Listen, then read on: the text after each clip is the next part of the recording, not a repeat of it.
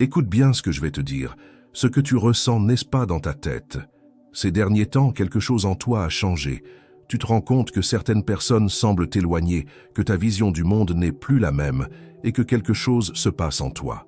Mais tu n'arrives pas à l'expliquer. Tu sais pourquoi? Parce que tu es en train de t'éveiller. Mais voici le problème. Ce processus n'est pas linéaire. Il se passe en étapes et beaucoup de gens restent bloqués sans même s'en rendre compte. Certains se figent dans la peur, d'autres se perdent dans la confusion et peu arrivent à avancer jusqu'au bout. Maintenant, je te pose la question. Es-tu sûr que tu es vraiment en train d'évoluer ou est-ce que tu es stagnant? Sans t'en être rendu à compte. Aujourd'hui, je vais te montrer les étapes de l'éveil spirituel et te révéler dans laquelle tu te trouves. Reste avec moi jusqu'à la fin, car cette réponse pourrait tout changer dans ton parcours. Prépare-toi, car après cette vidéo, tu ne verras plus jamais ta vie de la même manière. L'éveil spirituel n'est pas un moment unique de révélation. C'est un processus. Il se déroule en couches, et chaque étape exige que tu laisses derrière toi de vieux schémas pour pouvoir avancer. Mais voici le problème. Tout le monde ne parvient pas à traverser toutes les étapes. Beaucoup de gens se bloquent en cours de route, se sentant confus, effrayés, ou même croyant qu'ils sont en train de devenir fous. La vie commence à ressembler à un puzzle dont les pièces ne s'emboîtent plus. Tu sens que quelque chose en toi s'étend, mais en même temps, le monde autour de toi reste le même. Et cela crée un gigantesque conflit intérieur. Ce qui semblait juste auparavant devient maintenant douteux. Ce qui avait du sens devient maintenant artificiel. Mais la vérité, c'est que lorsque tu comprends ce qui se passe, tout commence à avoir du sens. Le chaos se transforme en clarté. L'incertitude devient un appel. Maintenant, je vais te montrer chaque étape de ce processus afin que tu découvres exactement où tu en es et comment avancer. Phase 1. L'inquiétude intérieure. Quelque chose ne va pas, mais je ne sais pas ce que c'est. Tout commence par une sensation étrange, une inquiétude qui surgit de nulle part. Tu te réveilles et réalises que ta vie est toujours la même. Le même travail, les mêmes personnes, la même routine. Mais soudainement, rien de tout cela ne semble suffisant. Les conversations qui coulaient auparavant maintenant sonnent vides. Cet endroit que tu aimais fréquenter commence à te déranger. Tu regardes ta propre vie et tu sens que quelque chose ne va pas, comme si une pièce invisible manquait. Ce malaise peut se manifester de plusieurs façons. Certaines personnes commencent à remettre en question le sens de ce qu'elles font. D'autres ressentent un poids inexplicable, comme si elles portaient une nostalgie d'une chose qu'elles ne peuvent pas expliquer. Cela peut être une nostalgie d'un temps que tu n'as même pas vécu. Un sentiment qu'il y a quelque chose de plus grand qui t'attend, mais qui est encore hors de portée. Et le plus étrange, cela ne disparaît pas, au contraire, cela ne fait que grandir. Au début, tu essaies d'ignorer. Après tout, tout semble normal. Tu continues à rire des mêmes blagues, à passer du temps avec les mêmes personnes, à remplir tes responsabilités. Mais au fond, tu sens que tu joues un rôle. Quelque chose en toi a commencé à se développer et maintenant les limites de ta vie ancienne semblent trop étroites. Peut-être que tu as essayé de remplir ce vide avec des distractions, achats, réseaux sociaux, travail excessif. Mais rien ne dure. Aucune de ces échappatoires ne soulage réellement ce sentiment que quelque chose doit changer. C'est ici que beaucoup de gens se sentent confus. Parce qu'à l'extérieur, tout semble aller bien. Mais à l'intérieur, il y a un appel qui devient de plus en plus fort. Et le problème, c'est que presque personne ne comprend cette phase. Les amis et la famille ne remarquent pas ce changement subtil. Tu essaies d'expliquer et tu reçois des réponses comme « c'est juste de la fatigue ». Peut-être que tu as besoin de vacances. Ça passera. Mais tu sens que ce n'est pas juste ça. Quelque chose te pousse vers une nouvelle direction, même si tu ne sais pas encore laquelle. Si tu as déjà traversé des moments où tout semble perdre de son éclat sans raison apparente, c'est la phase dans laquelle tu étais. Tu n'es pas brisé, tu es en train de t'éveiller. Et ce sentiment que quelque chose ne va pas n'est pas un problème, c'est le premier signe que ta conscience est en train de s'étendre. Phase 2. La déconstruction. Tout ce en quoi je croyais commence à s'effondrer. Si la première phase était marquée par la sensation que quelque chose n'allait pas, maintenant tu entres dans le véritable tremblement de terre. Cette vie qui semblait solide commence à se désintégrer sous tes yeux. Et le plus effrayant, tu réalises que tu n'as plus de contrôle sur cela. Les certitudes qui soutenaient ta vision du monde commencent à s'effondrer. Cette amitié qui semblait éternelle paraît maintenant forcée. Le travail qui avait du sens devient un fardeau. Même tes croyances les plus profondes sur qui tu es, sur ce qui est bien ou mal, sur ce qui compte vraiment, sont remises en question. C'est comme si tu regardais un film où le scénario a changé soudainement et les personnages et les décors ne s'adaptent plus. Cela peut être brutal.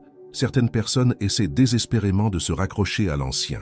Elles forcent des conversations, insistent sur des routines qui n'ont plus de sens, se convainquent que tout cela n'est qu'une phase. Mais au fond, elles savent qu'elles se mentent à elles-mêmes. La déconstruction est implacable.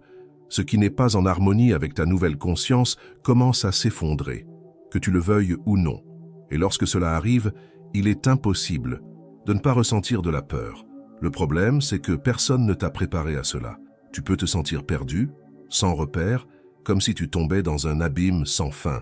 Beaucoup de gens décrivent cette phase comme un deuil, et c'est logique. Tu es littéralement en train de perdre une ancienne version de toi-même. Mais contrairement à un deuil traditionnel, où il y a un adieu clair, ici tu ne sais pas exactement ce qui part, ni ce qui vient après. Cela génère de l'anxiété, de l'insécurité et un vide profond. Certaines personnes essaient de revenir en arrière. Elles forcent des sourires, se plongent dans le travail, essaient de retrouver du plaisir dans les mêmes choses. Mais quelque chose a changé, et faire semblant que rien ne s'est passé n'apporte plus de soulagement. C'est à ce moment-là que beaucoup de gens se bloquent. Parce que continuer à avancer signifie laisser derrière soi tout ce qui ne résonne plus. Des personnes, des croyances, des identités. Et tout le monde n'a pas le courage de faire cela. C'est pourquoi cette phase est si difficile, parce qu'elle exige un détachement radical.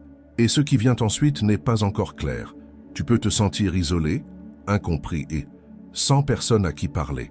Mais si tu es arrivé jusque-là, c'est parce que quelque chose en toi sait que tu ne peux pas t'arrêter. Phase 3. La quête de réponse. Je dois comprendre ce qui m'arrive.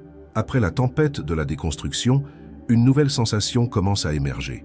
Tu as déjà réalisé que tu ne peux plus retourner à ta réalité ancienne, mais tu ne comprends pas encore complètement ce qui se passe. C'est ici qu'apparaît un besoin presque incontrôlable de chercher des réponses. Et cette quête devient obsessionnelle.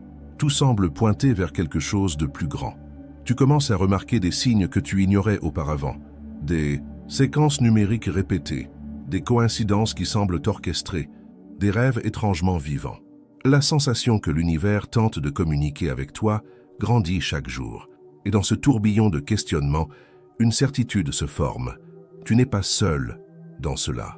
Quelque chose ou quelqu'un essaie de te montrer un chemin. La soif de connaissance devient insatiable. Tu te plonges dans des livres, des vidéos, des textes sur la spiritualité, l'énergie, les lois universelles. Tu passes des heures à rechercher l'éveil spirituel, essayant de comprendre chaque symptôme, chaque changement intérieur. Mais avec cette recherche viennent encore plus de questions. Plus tu apprends, plus tu te rends compte que tu sais peu de choses. Et cela peut être désespérant. La partie la plus difficile de cette phase est de faire face à la solitude. Les tasvitus, personne autour de toi continue de vivre au même rythme qu'avant, tandis que tu sens que tu évolues sur une autre fréquence. Ce qui était autrefois une conversation normale semble maintenant superficiel. Tu essaies d'expliquer à quelqu'un, mais tu reçois des regards vides ou des phrases toutes faites. Tu penses trop, c'est dans ta tête. Mais tu sais que ce n'est pas ça. Tu commences à sentir que tu es guidé. Certaines réponses arrivent au moment exact où tu en as besoin.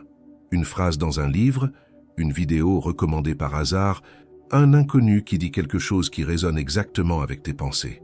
Tout cela te donne la certitude qu'il y a un but dans ce processus.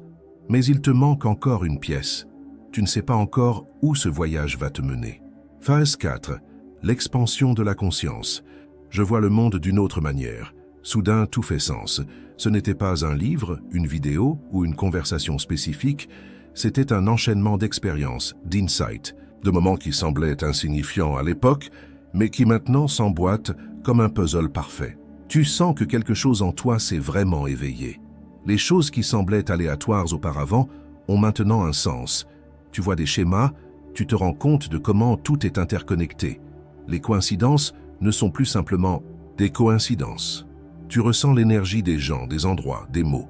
Et pour la première fois, tu comprends l'impact que tout cela a sur toi. Ta perception change radicalement. Tu remarques comment les pensées influencent la réalité, comment certaines émotions abaissent ta vibration, tandis que d'autres l'élèvent, comment certaines personnes aspirent ton énergie sans même s'en rendre compte. Comment il existe des cycles qui se répètent dans ta vie et maintenant tu as la conscience nécessaire pour les briser. Ce qui te retenait avant semble maintenant insignifiant. Les discussions vaines, les préoccupations sur l'opinion des autres, le besoin de validation externe, tout cela commence à perdre de la force. Tu sens un nouveau niveau de liberté émerger en toi, car tu te rends compte que tu n'avais jamais eu besoin de ces chaînes. Ce qui te limitait n'était pas le monde, c'était la façon dont tu le percevais. L'intuition devient plus forte. Tu sens dans ton corps quand quelque chose est juste ou faux, même sans explication logique. Tu parviens à anticiper des situations, à lire les intentions derrière les mots, à percevoir les mensonges dans le ton de voix. On dirait qu'une partie de toi, qui a toujours été là, a enfin été activée. Les questions qui te tourmentaient avant sont maintenant répondues sans effort, mais de nouvelles questions émergent, encore plus profondes. Tu te rends compte que ce voyage n'a pas de destination finale, seulement de nouveaux niveaux de compréhension. Et c'est ici que surgit le véritable défi. Parce que comprendre, c'est une chose. Vivre cette nouvelle conscience, c'en est une autre. Phase 5. Le défi final. Suis-je prêt, à vivre cette nouvelle conscience? Tu es arrivé jusqu'ici. Ton esprit s'est élargi, ta perception a changé, ta manière de voir le monde ne sera plus jamais la même. Mais maintenant vient la partie la plus difficile, le test final, parce qu'il ne suffit pas de comprendre. Il ne suffit pas de percevoir les schémas, de ressentir les énergies ou de voir la vérité derrière les illusions. Tu dois décider. Vas-tu vivre cette nouvelle conscience ou vas-tu revenir à ton ancien moi? Et c'est ici que beaucoup de gens se bloquent, parce que cette phase ne vient pas avec des avertissements clairs. Elle ne te donne ni un délai, ni un manuel d'instruction. Elle s'immisce dans ta routine, dans les petits moments de la journée. Tu ressens la clarté, mais aussitôt après, le doute apparaît. La peur d'être incompris, le désir de se réadapter, de retrouver une place dans l'ancien monde, de ne pas paraître étrange aux yeux des personnes qui vivent encore sur l'ancienne fréquence. L'esprit tente de te ramener en arrière. Il argumente, te fait douter si tout cela n'est qu'un exagéré, une rêverie. Tu ressens une oscillation entre deux mondes, l'un où tout a du sens et l'autre où rien ne semble différent, où les gens continuent d'agir comme ils l'ont toujours fait, comme si rien ne se passait. Et c'est là que surgit le véritable défi.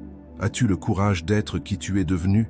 Parviendras-tu à maintenir cette nouvelle conscience face à un monde qui insiste pour te ramener en arrière? C'est à ce moment-là que tu réalises que l'éveil n'est pas un événement unique. Ce n'est pas une destination, c'est un choix. Et ce choix doit être fait chaque jour. Maintenant que tu connais les phases de l'éveil, arrête-toi. Un instant et réfléchis. Dans quelle phase es-tu? Tu sens que tu es encore dans l'inquiétude initiale, réalisant que quelque chose ne va pas, mais sans comprendre exactement quoi? Ou bien as-tu atteint le point où tout s'est effondré et tu ne peux plus voir le monde de la même manière? Peut-être es-tu dans la phase de la quête, cherchant à comprendre ce processus, dévorant des informations, mais sans parvenir à tout organiser à l'intérieur de toi. Ou bien as-tu déjà élargi ta conscience et maintenant tu dois prendre la décision la plus difficile, vivre cette nouvelle vérité ou te rendre à l'ancien moi. Cette réflexion est essentielle, car beaucoup de gens croient qu'ils avancent, mais en réalité ils tournent en rond. L'ego crée des pièges subtils. Il peut te faire croire que tu as déjà surmonté certains défis, alors qu'en réalité, tu les as simplement camouflés. Il peut te convaincre que tu sais tout ce qu'il faut savoir, alors qu'en vérité, tu résistes encore à appliquer cette connaissance dans la pratique. Et c'est pour cela que tant de gens restent coincés dans une phase sans s'en rendre compte. L'éveil n'est pas linéaire. Il ne suit pas un ordre parfait, ni ne se déroule au même rythme pour tout le monde. Tu peux avoir des éclairs d'expansion et, le lendemain, te sentir perdu et à nouveau. Tu peux être certain de quelque chose aujourd'hui et remettre tout en question demain. Cela ne signifie pas que tu es en train de régresser. Cela signifie que tu es en train de plonger plus profondément. Et plus tu te plonges, plus de couches cachées remontent à la surface. Sois honnête avec toi-même. Regarde ton parcours sans peur. S'il y a quelque chose en toi qui pèse encore, s'il y a des doutes qui reviennent sans cesse, s'il y a des schémas qui se répètent, c'est un signe clair que quelque chose doit être affronté avant que tu puisses avancer. Et c'est bien. Ce processus n'est pas une course, mais il exige de l'engagement. Si tu es arrivé jusqu'ici, Tu as déjà compris que l'éveil spirituel n'est pas un concept joli ou romantique, c'est une transformation intense qui demande du courage. Ce n'est pas d'apprendre des théories ou d'accumuler des connaissances. C'est vivre cette nouvelle conscience, jour après jour, même lorsque tout autour de toi semble te ramener en arrière. Et c'est là la véritable épreuve. Es-tu prêt pour ce changement? Ou vas-tu permettre que la peur et le doute te ramènent à l'ancienne version de toi-même? La plupart des gens ressentent cette résistance. Ils savent que quelque chose a changé, mais ils essaient de se raccrocher aux anciennes croyances, aux mêmes schémas, aux mêmes relations qui n'ont plus de sens. Mais maintenant, tu as compris qu'il n'y a pas de retour en arrière. L'éveil est un processus sans retour. Tu peux même essayer d'ignorer cela, mais cette voix intérieure ne se taira jamais plus. Et, à un moment donné, tu devras prendre une décision. Maintenant, je veux que tu t'engages envers toi-même. Écris dans les commentaires « Je choisis d'aller de l'avant ». Ce n'est pas juste une phrase, c'est une position. Un signal pour l'univers que tu acceptes ce voyage et que tu es prêt à traverser chaque phase avec conscience. Écris-le maintenant. Laisse cela enregistrer. Merci d'avoir été ici avec moi jusqu'à la fin. Ton attention est précieuse. Et je sais que si ce message est arrivé jusqu'à toi, ce n'était pas par hasard. Maintenant, clique sur la vidéo qui apparaît à l'écran et continue ce voyage avec moi. On se retrouve là-bas, 4 au mini.